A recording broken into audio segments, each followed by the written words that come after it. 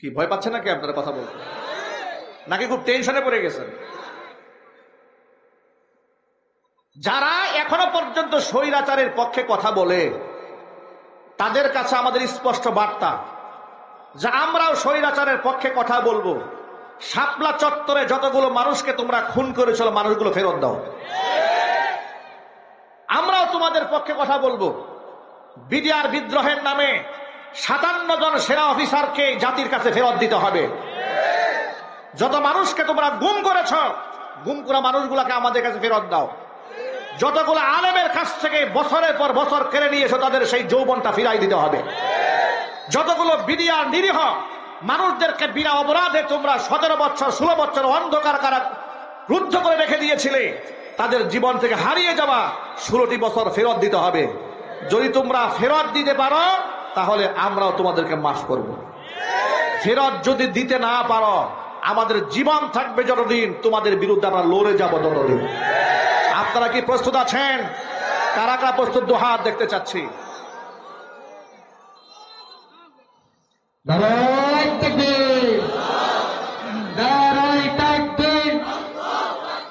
আল কোরআনের আলো সংসদে ঢালো, আল কোরআনের আলো।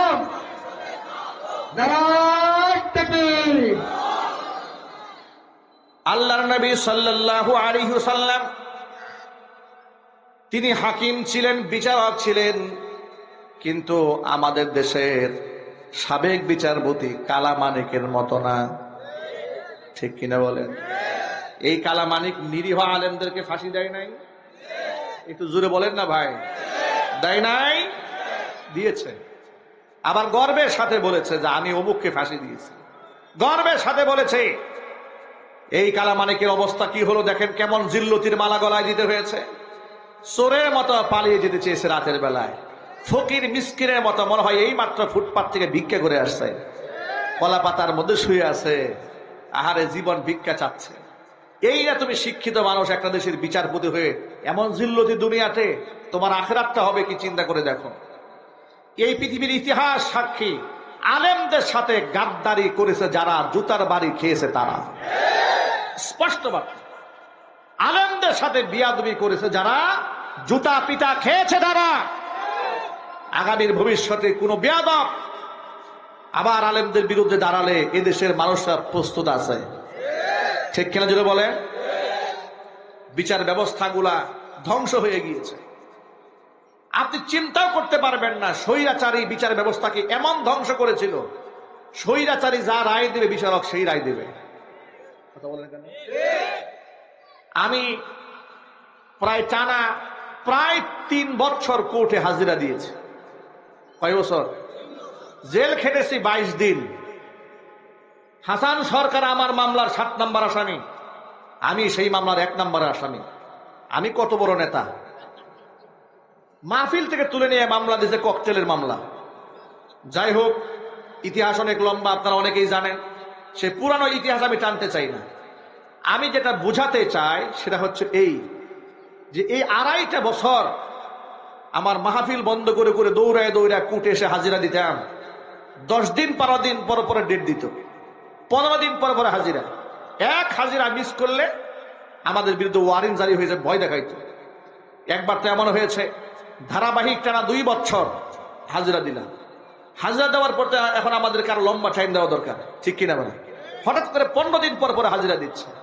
আমার যিনি অ্যাডভোকেট ছিলেন তিনি বিচারককে বললেন যে মাননীয় আদালত, যে ব্যক্তির বিরুদ্ধে এই মামলাটা করা হয়েছে তিনি এর সাথে কোনো সম্পর্ক তার নাই, তার এভিডেন্স কি, ওই সময় আমি কোথায় ছিলাম, আগের রাত্রে কোথায় ছিলাম, সমস্ত দলিলাদিল্লাগুলো তার সামনে পেশ করা হয়েছে। এত কিছু পেশ করার পরে উনি আমার দিকে ফিরেও তাকালেন না। দম্ভ এবং অহংকার কাকে বলে?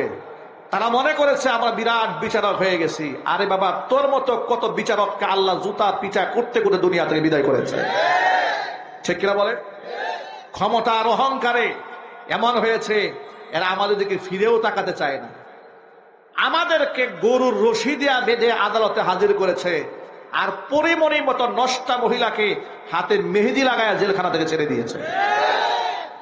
এর মানে কি?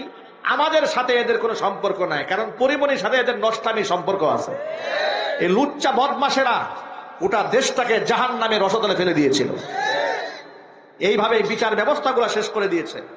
নিরাপরাধ কোন মানুষকে আমরা কারাগারে থাকুক এটা চাই না। আপনারা কি চান? আরো চিল্লাই বলেন। অপরাধীরা সাজা পাক, বিনা অপরাধে একজন মানুষও কারাগারে না থাকুক, এটা কি আপনারা চান? এটা তখন সম্ভব হবে যদি কোরআন দিয়ে ইনসাফ ভিত্তিক সমাজ ব্যবস্থা কায়েম করা হয়। এর আগে হবে না, এর আগে হবে না। প্রিয় ভাইয়ের আমার, আল্লাহর নবী সাল্লাল্লাহু আলাইহি সাল্লাম কি দৃষ্টান্ত উপস্থাপন করলে লক্ষ্য করলেন? মাইজ ইবনে মালিক নিজে স্বীকার করলেন আমি অপরাধ করেছি। নবীজি সাল্লাল্লাহু আলাইহি সাল্লাম সাথে সাথে গ্রহণ করলেন না, তথ্য তালাশ করলেন, ইনভেস্টিগেশন করলেন, অনুসন্ধান করে দেখলেন আসলে সে অন্যায়টা করেছে নাকি। এরপরে সাহাবায়ে কেরাম বলেন, ইয়া রাসূলুল্লাহ, তার মধ্যে পাগলামিও নাই, মাতলামিও নাই, তার মধ্যে মদের দুর্গন্ধ মুখে নাই।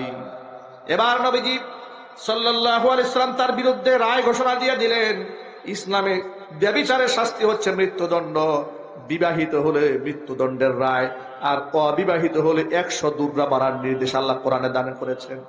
যেমন সূরা নূরে আল্লাহ বলেছেন, আয-যানিয়াতু ওয়াজ-যানি ফাজলিদু কুল্লা ওয়াহিদিম মিনহুমা মিআতা জালদা ওয়ালা তা'খুযুকুম বিহিমা রা'ফাতুন ফি দীনিল্লাহি ইন কুনতুম তু'মিনুনা বিল্লাহি ওয়াল ইয়াউমিল আখির ওয়ালইয়াশহাদ আযাবাহুমা তা'iফাতুম মিনাল মুমিনিন।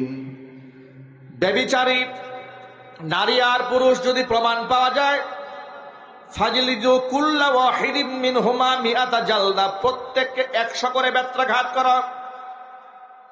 আর এই বেত্রাঘাত করতে গিয়া খবরদার এদের প্রতি যে তোমাদের মায়ার উদ্রেক না হয়, আর এটা গোপনে দিলে হবে না। ওয়ালিয়াশহাদা আযাবাহুমা তা'iফাতুম মিনাল মুমিনিন, ইমানদারদের এক গ্রুপের সামনে প্রকাশ্য দিবালকে এই শাস্তি কার্যকর করতে হবে। জোরে করেন সুবহানাল্লাহ। এই শাস্তি ইতোমধ্যে আফগানিস্তানে বাস্তবায়ন শুরু হয়ে গেছে। এই জন্য সেখানে 0 টলারেন্স জারি হয়ে গেছে। জিনা ব্যভিচার আর হয় না, রাস্তায় রাস্তায় ধর্ষণ হয় না, হত্যাকাণ্ড হয় না। জোরে কোন আল্লাহু আকবার। ও ভাইরা আমার, আল্লাহর নবী সাল্লাল্লাহু আলাইহি সাল্লাম মায়ের যখন বিবাহিত পুরুষ অন্যায় করেছে তার বিরুদ্ধে সাক্ষ্য প্রমাণ পাওয়ার পরে রায় দিয়ে দিলেন, তাকে কোমর পর্যন্ত জমির মধ্যে দাবায় দিয়া চতুর্দিক থেকে পাথর মারা হোক। কোমর পর্যন্ত দাবিয়ে দিয়ে চতুর্দিক থেকে যখন পাথর মারা হচ্ছে, মাইজ ইবনে মালিক আল আসলামীর গা থেকে একটুখানি রক্ত ফিনকি দিয়া বের হয়ে খালিদ বিন ওয়ালিদ রাদিয়াল্লাহু তাআলা আনহুর গায়ের মধ্যে লেগেছে। খালিদ ব্যক্তিকে ধমক দিয়া বলছে, ওয়াই হাক, ধ্বংস হও তুমি, তোমার মতো নিকৃষ্ট মানুষের রক্ত আমার গায়ে লেগেছে। নবী করিম সাল্লাল্লাহু আলাইহি সাল্লাম বললেন, খালিদ তুমি তার অভিশাপ দিও না, ভৎসনা দিও না, তার তওবা আল্লাহর কাছে এমন ভাবে কবুল হয়েছে 70 জন গুনাহগার বান্দার বিপরীতে যদি তার তওবা আজকে রেখে দেওয়া হয়, মহান আল্লাহ পাক 70 জনকে মাফ করে দিবে। ভাইরা আমার, আমি এই ঘটনা দিয়ে আপনাদের সামনে বোঝাতে চেয়েছি, আল্লাহ নবী শুধুমাত্র ওয়াজ নসিহত করেন নাই, সমাজের মধ্যে আইন বাস্তবায়ন করেছেন। সুতরাং শুধু ওয়াজ দিয়ে দেশ ভালো হবে না, আইনের দরকার আছে না নাই? সে আইন কি আমার আইন, আপনার আইন, কোন নেতার আইন, বুদ্ধিজীবীর আইন, কার আইন? আরো জোরে বলেন। এখন কোন ব্যক্তি যদি বলেন রাজনীতির সাথে কোরআনের কোনো সম্পর্ক নাই, যদি এমন কথা কেউ বলেন, আমারও স্পষ্ট বলতে ইচ্ছা করে কোরআনের সাথে ওই ব্যক্তিরও কোনো সম্পর্ক নাই। তিনি জীবনে কোরআন পড়েন নাই, কোরআন ধরেন নাই, কোরআন বুঝেন নাই, এই জন্য এমন বাজে কথা বলেছেন। ঠিক কিনা বলেন? আমার জন্ম থেকে মৃত্যু পর্যন্ত আমি যেখানেই যাই সেখানে ইসলাম। ঠিক না ভাই? আমি হতে পারি এমপি, হতে পারি মন্ত্রী, হতে পারে প্রাইম মিনিস্টার, যাই হই না কেন, ইসলাম বাদ দেওয়া যাবে? ইসলামের পরিচয় বাদ দেওয়া যাবে? ইসলামের পরিচয় সবার ঊর্ধ্বে। আমার প্রথম পরিচয় আমি একজন মুসলমান। জোরে বলে, আমার পরিচয় কি? আমার সবার আগে পরিচয় আমি একজন মুসলমান, এরপরে দেশ হিসেবে বাংলাদেশী। ভাষা হিসেবে বাংলা ভাষী, দেশ হিসেবে বাংলাদেশী, আর জাতীয়তা আমার পরিচয় হচ্ছে আমি একজন মুসলমান। ঠিক কিনা বলেন? এই পরিচয় নিয়ে বাঁচতে চাই, এই পরিচয় নিয়ে আমরা মরতে চাই, কারণ এই জাতীয়তার প্রশ্নই আমাদের কবরে করা হবে। আল্লাহ পাক বলবেন ওমা দীনুকা, তোর ধর্ম কি? কি বলবেন? আমি নিরপেক্ষ। হ্যাঁ, কি বলবেন? আমি নিরপেক্ষ, আমি কোন দলে নাই নাকি? না, আপনাকে তখন বলতে হবে দিন ইসলাম, আমার দিন কি? ইসলাম। প্রিয় ভাই, কথাগুলো কি মনে থাকবে তো ইনশাল্লাহ? কার কার মনে থাকবে হাত দেখি। আল্লাহ যেন কবুল করেন, জোরে কান আমিন। হাত নামান। তাহলে আল্লাহর নবী সাল্লাল্লাহু আলাইহি ওয়াসাল্লাম শুধুমাত্র ওয়াজ নসিহত করেন নাই, ওয়াজের সাথে সাথে আইনও বাস্তবায়ন করেছেন। এই জন্য নেতাদের জন্য ইসলামে হেদায়েত আছে না নাই? কোরআন বলেছে 60 শ্রেণীর মানুষকে আল্লাহ তাআলা আরশের ছায়াতলে স্থান দেবে। এর মধ্যে 1 নাম্বার হচ্ছে ইমামুন আদিলুন, ন্যায় পরায়ণ শাসককে আল্লাহ আরশে মুআল্লার নিচে স্থান দেবেন। 2 নম্বরে হচ্ছে ওয়াশাবুন নাশআ ফি ইবাদাতিল্লাহ, ওই যুবক, যে যুবক তার যৌবনকাল আল্লাহর বন্দেগীতে কাটিয়ে দিয়েছে।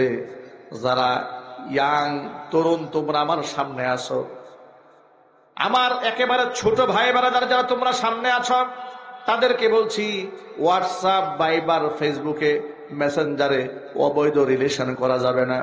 চরিত্রের দাম আছে না নাই?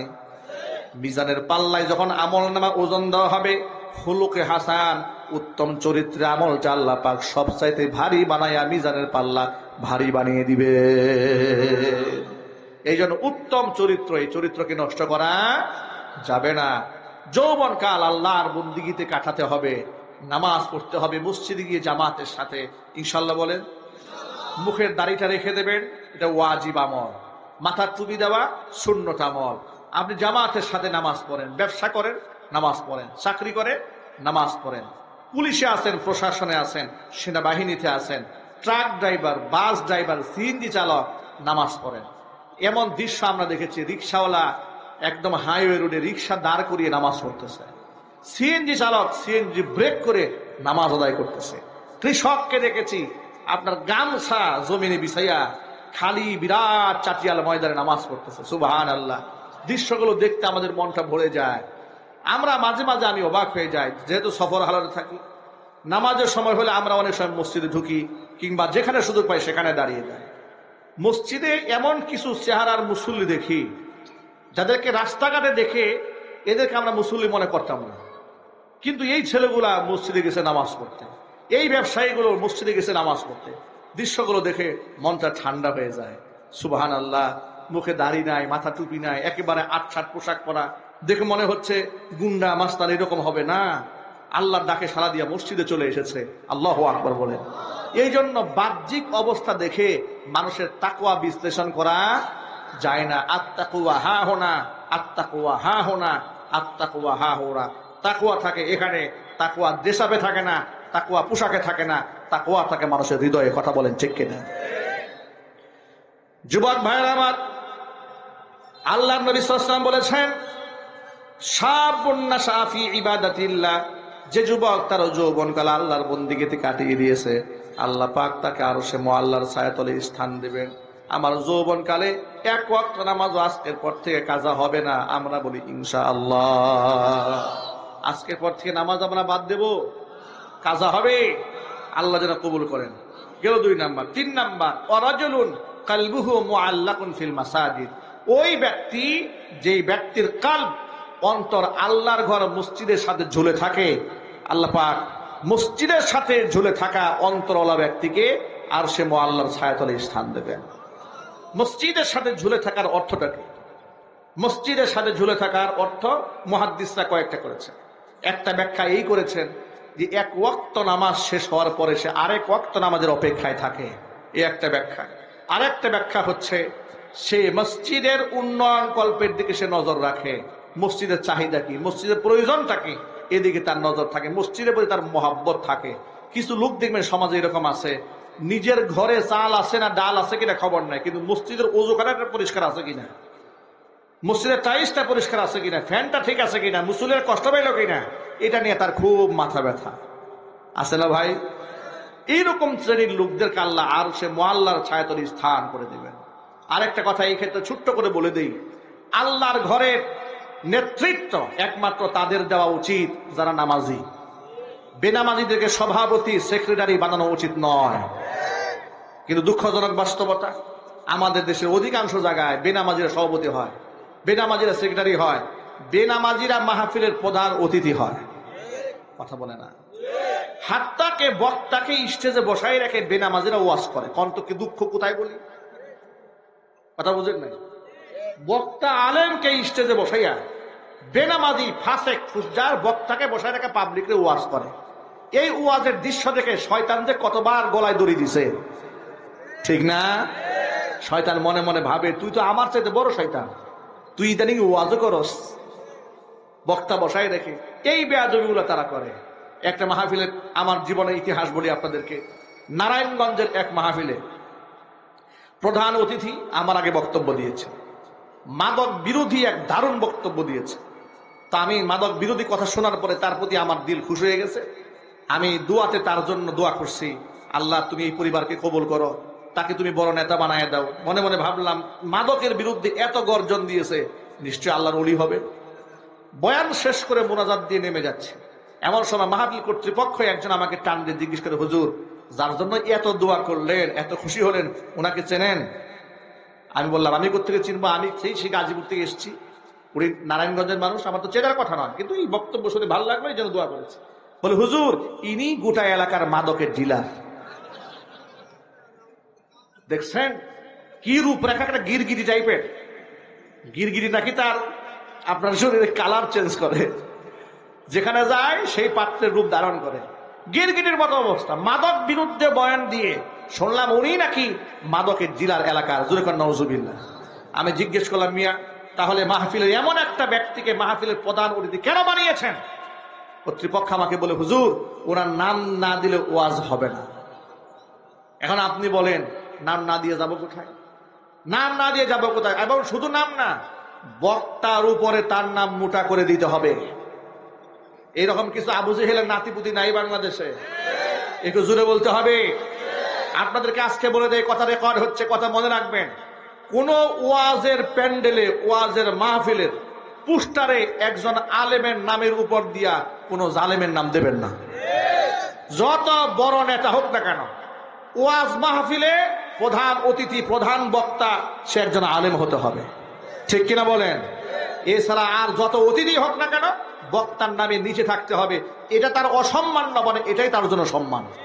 কারণ এটা তো রাজনৈতিক মাঠ নয়, এটা ওয়াজের তাফসীর মাহফিল, নসিহতের মাহফিল। এখানে বক্তার নাম থাকবে সবার উপরে। এটাই তো হওয়া দরকার না? এটা হওয়া দরকার নাই?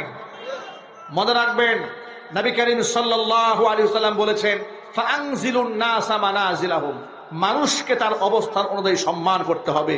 এটাই ইসলাম। যদি আপনি এটা না করেন তাহলে আপনি সেই আলেমের সাথে জুলুম করেছেন। আল্লাহ তাআলা আমাদের জুলুম থেকে বাঁচার তৌফিক দান করেন। তাহলে মসজিদ এর সাথে আপনার মহাব্বত রাখবেন, বলেন ইনশাআল্লাহ। মসজিদের সাথে মহাব্বত রাখলে হাসরের ময়দানে আল্লাহ তাআলা আরশে মুআল্লার ছায়াতলে স্থান করে দেবেন। 4 নাম্বার, আল্লাহর নবী বলেন, ওয়ারাজুলানি, এমন দুই ব্যক্তি, তাহাব্বা ফিল্লাহি ইজতামা আলাইহি ওয়া তাফাররাকা আলাইহি, একে অপরকে ভালোবেসেছে আল্লাহর জন্য, বিচ্ছিন্ন হয়েছে আল্লাহর জন্য। এমন দুই ব্যক্তিকে আল্লাহ তাআলা আরশের ছায়াতলে স্থান করে দিবেন। আমাদের যত মহাব্বত হবে সব হবে আল্লাহর জন্য, বলেন ইনশাআল্লাহ। আমাদের অর্থনৈতিক কোনো সার্থকতা নাই, রাজনৈতিক কোনো সার্থকতা নাই।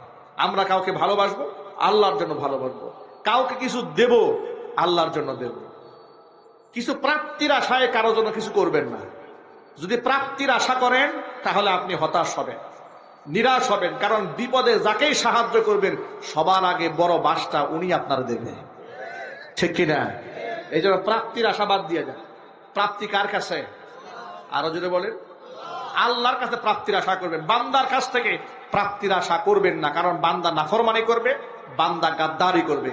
আল্লাহ পাক আমাকে নিয়ামত দিয়ে ভরপুর করে দিবেন, সুতরাং নিয়ামতের শুকরিয়া করব আল্লাহর, আর সমস্ত প্রাপ্তি আশা করব কার কাছ থেকে? আল্লাহর কাছ থেকে। আল্লাহ নবী সাল্লাল্লাহু আলাইহি ওয়াসাল্লাম এরপরে বলেন, আল্লাহর হাবিব বলেন, রজুলুন তাসাদ্দাকা বিয়ামিনিহি হাত্তা লা তা'লামা শিমালুহু মা তুনফিকু ইয়ামিনুহু।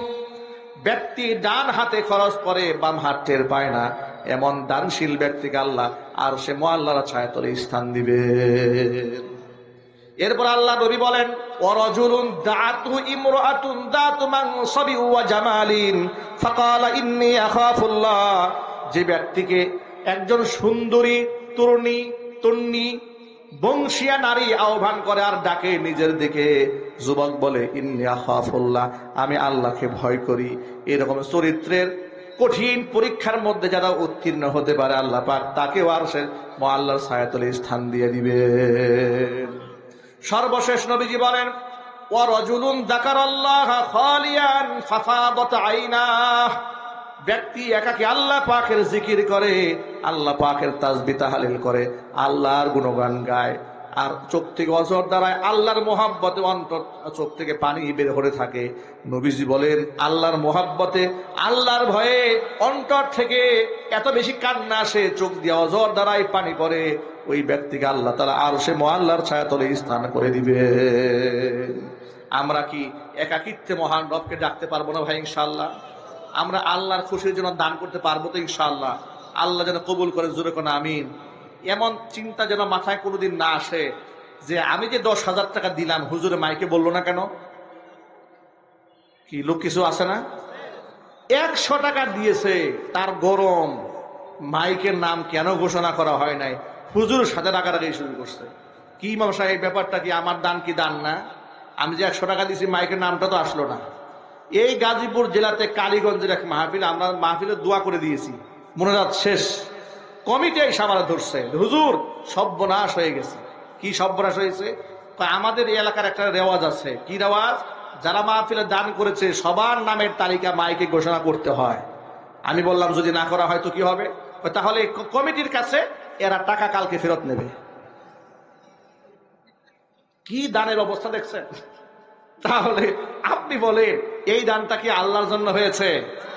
আল্লাহ রাসূল বলেছেন, মান তাসাদ্দাকা ইউরাইন নাস ফাকাদ আশরাকা। যে ব্যক্তি মানুষকে দেখাবার জন্য দান করেছে সে আল্লাহর সাথে শিরিক করেছে। মান সাল্লা ইউরাইন নাস ফাকাদ আশরাকা। যে ব্যক্তি মানুষকে দেখাবার জন্য নামাজও পড়েছে সেই ব্যক্তি শিরিক করেছে। আল্লাহ পাক মানুষকে দেখানোর কার্যক্রম থেকে রিয়া, সুমাত, মানুষ আমাকে বড় বলবে, মানুষ আমাকে দানশীল বলবে, মানুষ আমাকে মহান বলবে, মহান ব্যক্তিত্ব বলবে, হাতেম তাই বলবে, এই ধরনের চিন্তা মাথা থেকে ঝেড়ে ফেলুন। আল্লাহ রাব্বুল আলামিন আমাদের সকলকে কবুল করেন, মঞ্জুর করেন, জোরে কোন আমিন। প্রিয় ভাইরা, আমার পরে আজকে এখানে বিশেষ আকর্ষণ বন্ধুবর হাফেজ মাওলানা কারি এস.এম. আব্দুল হান্নান বেলালী, ধর্মীয় আলোচক, বাংলাদেশ টেলিভিশন খতিব, কাজী আজিমউদ্দিন বিশ্ববিদ্যালয় কলেজ, জামে মসজিদ, গাজীপুর। তিনি আপনাদের সামনে গুরুত্বপূর্ণ তাকরির পেশ করবেন। আপনারা একটি লোকও উঠা বসা করবেন না, জমে বয়ান শুনবেন। যেহেতু আমার এই 2024 সালে 25 সালে কোনো শিডিউল না থাকাতে কর্তৃপক্ষ আমাকে মাহফিলে ট্রানজিট প্রোগ্রাম নিয়েছে এবং পোস্টারে লিখেও দিয়েছে যে আমার বয়ানের টাইম বাদ এসা। এর মানে আমার ঢাকাতে মাহফিল আছে, ওখানে টাইম 10টায় দেওয়া। এই জন্য আমি আর অ্যাডভান্স হতে পারছি না। যতটুকু কথা আপনাদের সামনে উপস্থাপন করেছি, সবার আগে আল্লাহ তাআলা আমাকে আমল করার তৌফিক দান করেন, আমার ভাইদেরকে আমল করার তৌফিক দান করেন, মা বোনদেরকে আমল করার তৌফিক দান করেন, সকলে জোরে কোন আমিন। আপনাদের জন্য আরেকটা সুসংবাদ দিচ্ছি। হযরত ওমর রাদিয়াল্লাহু তাআলা আনহু জামে মসজিদ, পশ্চিম তিলারগাতি, 27 টঙ্গী, গাজীপুর, আগামী 31 জানুয়ারি রোজ শুক্রবার বাদ আসর সেখানে একটা ইসলাহি প্রোগ্রাম হবে। এটা এই যে এরকম ওয়াজ মাহফিল না, ইসলাহি একটা প্রোগ্রাম হবে।